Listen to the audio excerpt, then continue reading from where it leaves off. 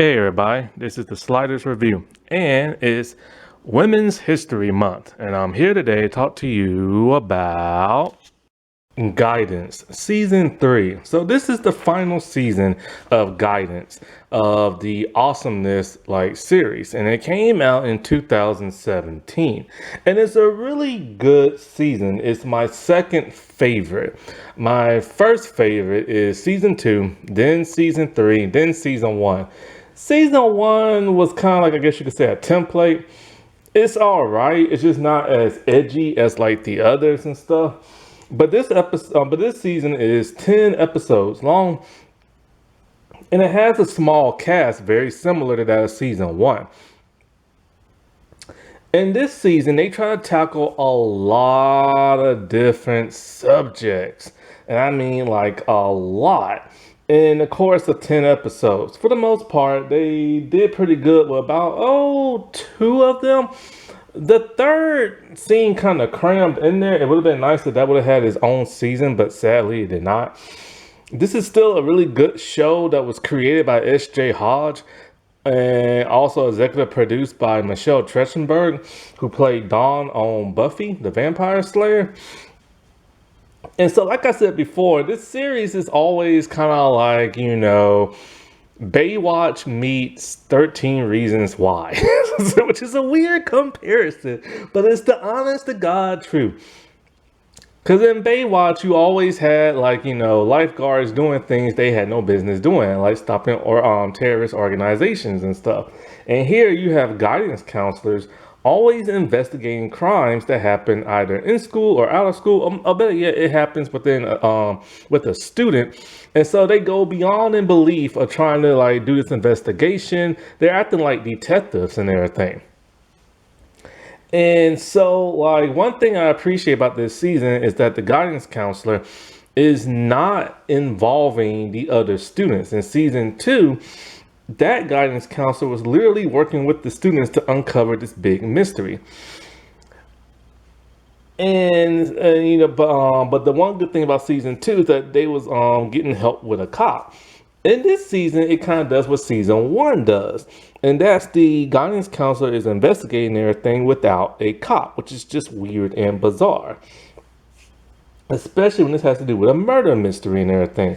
The great thing about this series is that it starts off as just like any other regular series, but then something happens to the main protagonist, and one clue leads to another to something much, much bigger that people did not know, and it leads to something even more bigger and stuff. This one has to do with the most ambitious one of them all, the death of a girl. Things are not always what they seem, especially the events that led to her murder. And what's odd is that since the main protagonist is dead, we can't hear from her point of view. We'll see flashbacks, but it's weird because, she is dead. But she has a twin sister. Ironically, the twin sister is not the main characters of this show, which is kind of odd. She kind of takes a back seat until halfway into the season when she starts to get more involved, but it mostly revolves around other students you see a whole lot more, as opposed to that of the other seasons where your main character was front and center the entire time. This guidance counselor is a little bit different than the other one. She's not new on the job, and she's been there for a good while. She's not inexperienced like the other two were, and she likes to do group sessions. And kind of similar to season 2, we don't spend the majority of the season in the guidance counselor's room. We actually get to expand around the school, and not so much outside of it, but mostly inside it and stuff. And so this season, it tackles a lot of things. It tackles, a teen suicide takes their life, supposedly and everything. It's kind of hard to explain without going into too much detail, spoiler right now. It also deals with slut shaming, cultural, cancel culture, and racism and stuff, and activists and protest people. That's a lot of topics to do in 10 episodes that are only 20 something minutes long. And it would have been nice to break up, like, a couple of those themes into like another season. But one thing I've noticed about awesomeness shows is that, like the ones that I watch, they only last about 2 or 3 seasons. And so it's quite a shame this show came to an end. It could have lasted for a long time because it's an anthology series. Every season's a different school, different like students, and a different guidance counselor. And so, like, the intro is great, like always, and stuff. I still like season two a whole lot more better. That was a song right there, man. It really got you hyped for everything. I will say the pacing is a bit, it's slightly slow. It's not as engaging as like season two. But like all this stuff that like you figure out in season three, it really gets things like going. But then you kind of wonder like who actually did what and what actually happened. And like I said before, things are not always what they seem. And so, all in all, it's a good season. So the counselor in this one is played by Monique Coleman, and she's best known for the Disney Channel, what are those things called? High School Musical movies and stuff. And because every season the counselor is from some famous like former show. Michelle was from Buffy, the other lady was from Jane by Design, and now this one is from Disney Channel. And awesome it shows that they deal with a lot of people who are getting into the acting business. Like they're either like established, or like they're just starting up, or the internet personalities. Everybody here appears to be like an actual actor and actress and stuff. There are other awesomeness shows that where they do have internet personality people acting in it, and you can always tell. But everybody here is legit. Some people have gotten more work than others, some haven't, but some are very well known. Like the one actress, Meg, Dean, Jealous or something like that. A lot of people really seem to like her and stuff. And like also the other actress who plays like the two twins and stuff. Her name, where is it? Diane, smudged my handwriting. Dion or something like that. She's really famous because she plays in a show called Warrior. I talked about first 2 seasons. I have not watched season 3 because I don't have HBO Max right now. But season 3 already came out in June. And so basically the premise of like this season and stuff is that it revolves around the death of a girl. She was hit by a car. She was drunk one night. This girl is named Grace, played by Diane. And so they have like a little memorial thing somebody like drew on her locker, like an angel. This person is Scott. He's all about drawing like anime-ish type style and stuff like that. He's really into that, but he's kind of like a weird emo kind of kid. But then somebody writes the word slut on her like locker. This starts the investigation of who would the face like call her that while her mom is there looking at the locker and stuff. And it literally just happened as the mom and the principal are there talking. And so this starts the investigation. As they go more and more into it, it turns out that this attempt looked like she took her own life. But who kind of like pushed her in that direction and stuff? One child gets blamed after another, and it later leads to something much, much bigger. They think it goes into the route of assault, and then they think it goes into the route of like bullying and stuff. But then it turns out to be an actual murder. Somebody legit ran her over on purpose and stuff. But why, you might ask? Well, the character of Grace is a bit controversial at school. She plays volleyball, she's very flirtatious, and she's known for getting drunk and sleeping around. Her parents are going through a divorce and she misses her father, and her sister is really sick and tired of her. Her sister is tired of sneaking out the house at night just to pick her drunken sister up because Grace loves to get drunk like a lot. And she's very flirtatious. And so it turns out that she was having an affair with this boy who is dating a girl. And so the school just does not like her, and people like, slut shame her and stuff. And in fact, her password to her phone is slut of all things. And so she doesn't have such a good reputation. So multiple people in this show could potentially be the murderer and stuff. Or, but at that time, they don't know it's murder. And so they want to know what led her to want to supposedly take her own life. I'll let you know right here, right now, her twin sister is not the culprit. Her twin sister is very much different from her. We don't know much about her twin sister's personality. We don't know her likes or dislikes. She's just kind of there. And the show doesn't really focus on the twin, which is really odd because you think it would, but it don't. And so, like, basically, after her sister dies, she's sad and upset, and she starts to try to look like her sister. She puts her sister highlights in her hair and her sister contact lenses in there to change her eye color. People at school think this is kind of weird. There's no real explanation as to why she's doing that. So the writing kind of lets that part down.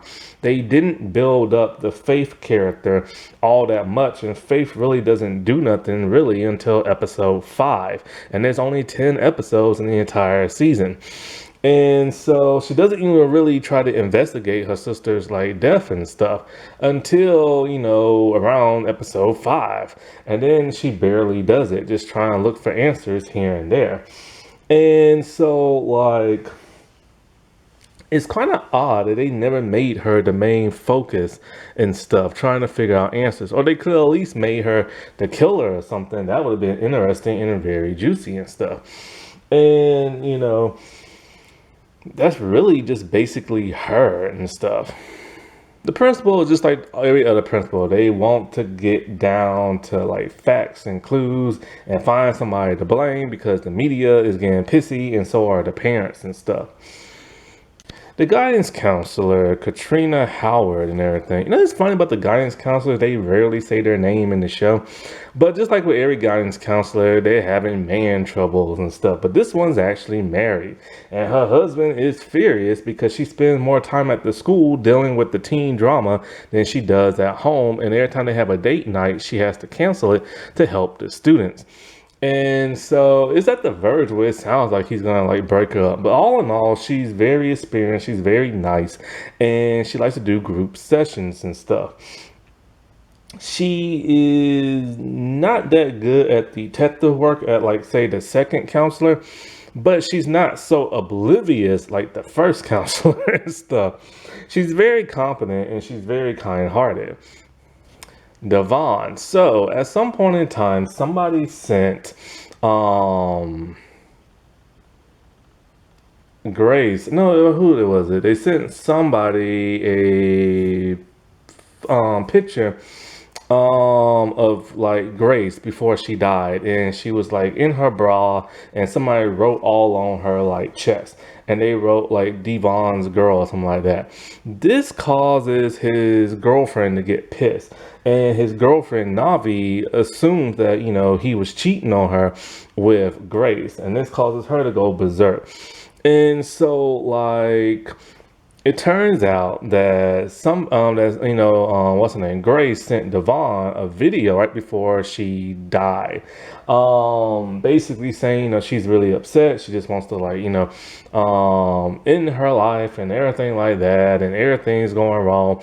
And so because she sent him the video, for whatever reason, people assume that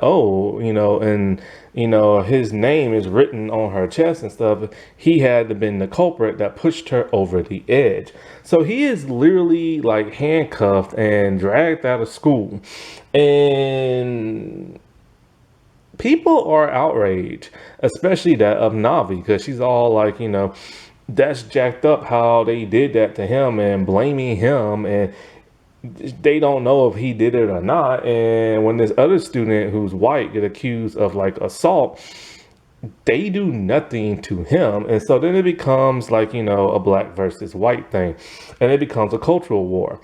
And so because of that, She goes into advocate like protester mode because he's, captain of the basketball team, and he's also student body president. She's the vice president, and she doesn't like how her boyfriend is treated differently, all because of the color of his skin.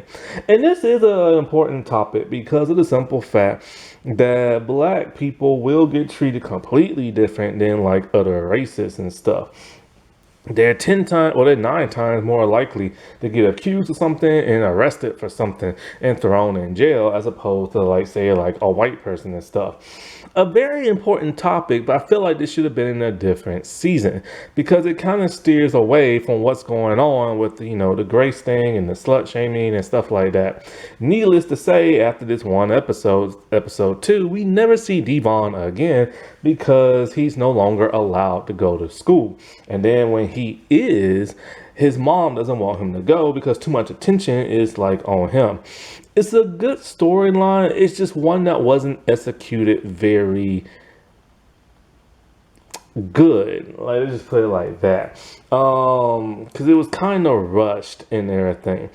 And so, like, but he's hiding a deep, dark secret. See, people assume it was him having an affair, what's his name, and he never said if he did or not. But then, like, they wanted to know why Grace sent him that video.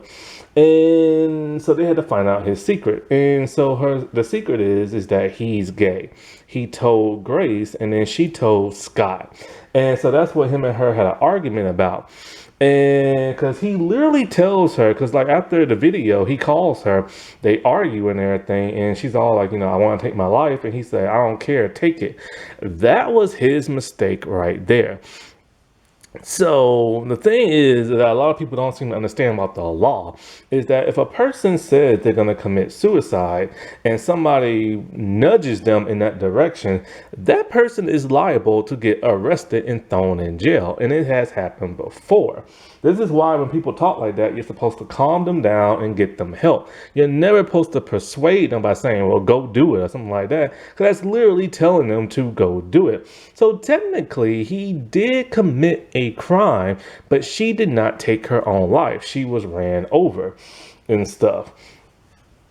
So if she would have taken her own life, then technically, yes, he would have been found guilty and stuff. Navi is the girlfriend of Devon.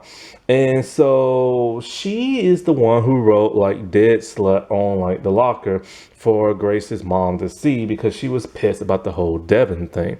And because she thinks that those two had like an affair. And so later on, when she turns over a new leaf and everything, she starts advocating for Devon. And when she thinks Scott did something, she goes into cancel culture mode, where she tries to turn the entire school against Scott, thinking that he assaulted that of Grace because she was drunk and had a bunch of stuff written on her. But it turns out that he didn't. And so she's quick to put the blame on person and like ruin their life. And so like her and another guy have a huge debate over like canceling them, and it's one of those conversations that was once again very rushed. See, the whole Devon and the whole cancel culture thing, that should have been its own season, but it wasn't. And so basically she's trying to help Scott and trying to help Faith, trying to figure out what happened to that of Grace that night. And so with the whole like, when it turns out that the volleyball team has something to do with it, she stages this huge protest at like school, and it causes an uproar to where the students literally want to rip the heads off the volleyball team. And so it makes them not safe, and one girl ends up getting hurt and stuff. So she gets in trouble for a while because she posted a very scandalous video of the volleyball team and that of Grace. And so they said, you had no right posting that video on like for the rest of the students to see and the public and everything. So she got in trouble for like that. When she finds out that Devon is gay, she is upset because she feels like, she was never going to hate him, but she wasted her life with this dude who never told her the truth. And she could have been with a guy who could have actually loved her back. Then she's even more upset because he told Grace, but would never tell her. Audrey is the girl who's like the captain of the volleyball team. She's very aggressive and everything. Right from the start of the show, you know her and the rest of the volleyball girls done something wrong because she wants to keep it secret. But the question is, what was it? Well, when it turns out that Grace and Scott had an affair because his girlfriend's also on the volleyball team, they decided to get Grace back. When Grace showed up at Audrey's house for a party that she was not invited to, they literally got her drunk and everything, poured liquor down her throat to where she passed out in the room, and then they wrote all kind of nasty names all over her chest and all over her back. Then they made videos, and then they like took pictures and stuff. And then the person who killed Grace is the one who's been sending the videos and the picture out to the student body and stuff. So when it turns out, when Navi uses her phone to find the footage and send it to her phone, she sends it to the rest of the school. This pisses off the rest of the students because they literally bullied Grace into what they assumed at that time was taking her own life. And to the point where Audrey literally got her butt whooped, like had her wrist broken and her face smashed in. And the whole thing with the volleyball team is that they're all a white team and they have privilege. And so many of them was all like, well, if we get in trouble with the law, what about our scholarships and everything? They was caring more about that than they was a girl who lost her life and everything. And basically this was to show that, you know, people of privilege and money and wealth and all that stuff get away with all kind of crap, and they do things to people, and, you know, they never pay the consequences. Once again, it should have been that of its own season along with the Devon thing. And so, like, basically, they bullied Grace and slut shamed her to the point of causing her like mental harm and everything, which is a bad thing and people should never do. So of course, everybody else at the school wants them expelled, but they only got suspended and kicked off the team. And, you know, it's still an important topic, but it's one that should have been handled throughout the entire season. Scott, our little emo drawing kid. Basically, whenever he gets upset, he just draws all kind of like anime stuff and very vivid like expressions and stuff. He was madly in love with that of Grace, even to the point of telling his girlfriend, you know, I might have been dating you, but I haven't really been dating you in like a long time because I've been in love with Grace. When he saw the pictures of Grace's chest with the word Devon's girl or something like that, he got infuriated and he assumed she was cheating on him with Devon and everything. So this causes him to spiral out of control. He finds her like several like miles away from like the party because, you know, she called him and stuff, and he pretty much berates her as he's drunk himself. He calls her all kind of nasty names and he leaves the bottle with her, where she gets drunk and she's stumbling in the road. And so early on, they assumed that he sexually assaulted her because somebody pointed a video of her waking up and talking about Scott this and Scott that. So people assumed that he was in the room and took the selfie of her laying in the bed and everything. And it really did make it seem like he had did something, but he was actually trying to clean it off of like her body, like the ink and everything.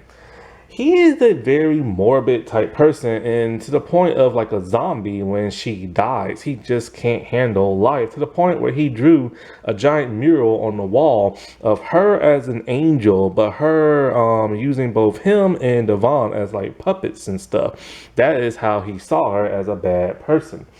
And whenever he sees Faith and everything, he assumes it's Grace, but as an angel, and he starts confessing stuff to her. This is what leads more on to the investigation. It's even to the point where he blames himself and he thinks he ran over that of like Grace, but he never did and stuff. He just wants like justice for Grace, and he'll go about it trying to figure out how. But it turns out that it's actually his girlfriend who was behind the entire thing. Lauren is on the volleyball team and she dates that of Scott. She's so in love with him and knowing that, he cheated on her to where she's trying to get pregnant by him and she can't. She wants to get pregnant because she wants to keep him in like her life and everything. And the thing about her is that right early on in like the season, you have to listen to her dialogue very easily. You can tell she's behind something because in this show, the culprit is sometimes the least likely suspect. And so like when like in the first season, the person who's like to blame for that, they barely investigated that person. Just like this season, she's never really investigated and nobody really points the finger at her. She does a great job at sobbing and pretending like she cared about Grace and is really upset, but she really did not care. It's even to the point of trying to like pin everything on like Devon. Like, when they wrote all that stuff on them, she's the one who sent the picture to Scott trying to like break him and Grace up. And that just caused problems with him and Navi and everything. And so she's the one who sent the video of like, her waking up and saying the name Scott, making the school assume that Scott, assaulted Grace just to get back at him and everything. And so like throughout the entire time, she's always arguing with him talking about, she broke us up and this and that and all kind of crap. And so like she knew Grace left the party all stumbling and everything like that. And so she left the house to go look for Scott because Scott went missing. And when she couldn't find Scott, she saw a drunken, stumbling like Grace walking across the street. And when she saw that, she hit the gas as hard as she could and just bam, ran over her and then drove off. And so, of course, she gets arrested and everything. Now, a hit and run like that, they never thought to investigate like the car or her car that got messed up. If this show would have had like an hour or a couple more episodes, they would have went that far to do that kind of investigation and stuff. And of course, her motive was just that she was like furious because she got cheated on and stuff. And it was such a messed up thing that like she did and everything, because she seemed like the sweet, innocent type person, but it's always those quiet ones that you always gotta look out for at times. And then so something strange happens with Faith. I don't know if this happened before or after she found out the truth about her sister, but she decides, to take out the contact lenses and like the streaks in her hair. And then all of a sudden the counselor can't find Faith. And then she sees, the extensions and like the lenses and stuff. And this makes her, for whatever reason, assume, oh no, Faith is going to take her own life. And I don't know how she came to that realization. So she starts driving around and then she goes to the place where, of course, Grace got ran over. And there we see Faith upset and literally jumps in front of like a car, only for the guidance counselor to run behind her real fast and get her out of the way. But the car had swerved anyway. She cries in the guidance counselor's arms, and then that's that. And it just kind of like, it just feels a little too rushed. It feels too rushed, and she couldn't talk it out with the counselor or nothing like that. And also because the Faith character is very underdeveloped and everything. I knocked my camera over. So then in the closing of the show, they have a memorial for Grace. And the guidance counselor, lady's been trying to have a baby with her husband. And she said that if she ever has kids, she will hope that they will have the beauty and the prestige of that of Grace and Faith. That was the weirdest dialogue ever because she's not that close with Faith and she's not that close with Grace. Not to mention, Grace isn't exactly innocent. Grace had an affair with somebody. She's always getting drunk. And like, she's always making life miserable for other people. And so, like, I don't understand why she would want her kid to be like that. But anyways, but like I said before, this season is pretty good. Not as good as season two, but way better than that of season one.